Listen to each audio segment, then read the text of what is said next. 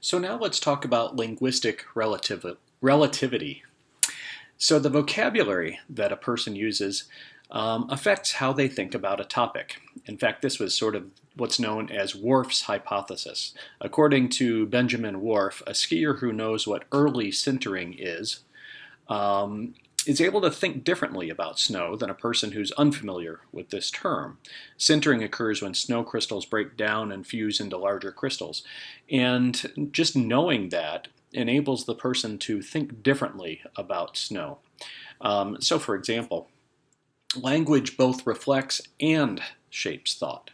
So Whorf's hypothesis of linguistic relativity basically examines the effect of having a really rich vocabulary on the person's ability to think about a topic.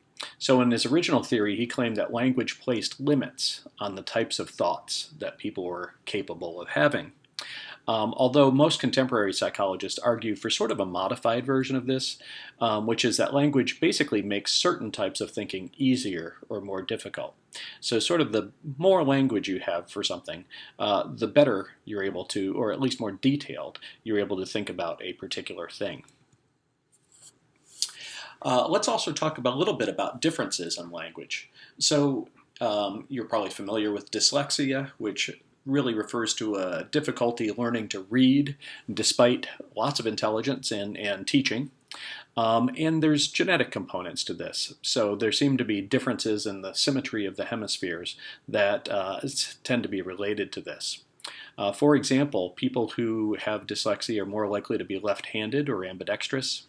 They have some difficulty distinguishing similar sounding phonemes, so they might have trouble, for example, distinguishing M or N.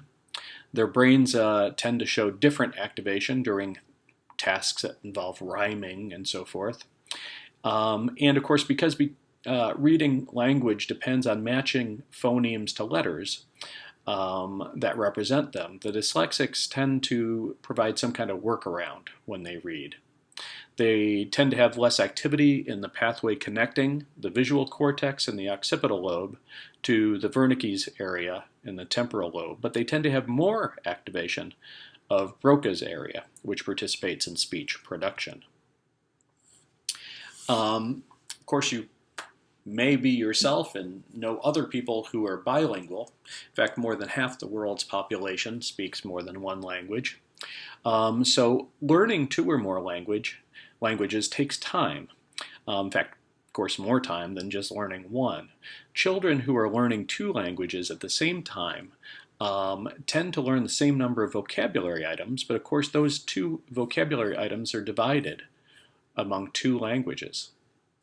So this produces the appearance of the vocabulary delay in bilingual learners in childhood. So it seems like kids that are learning two languages have a bit of a delay in developing vocabulary.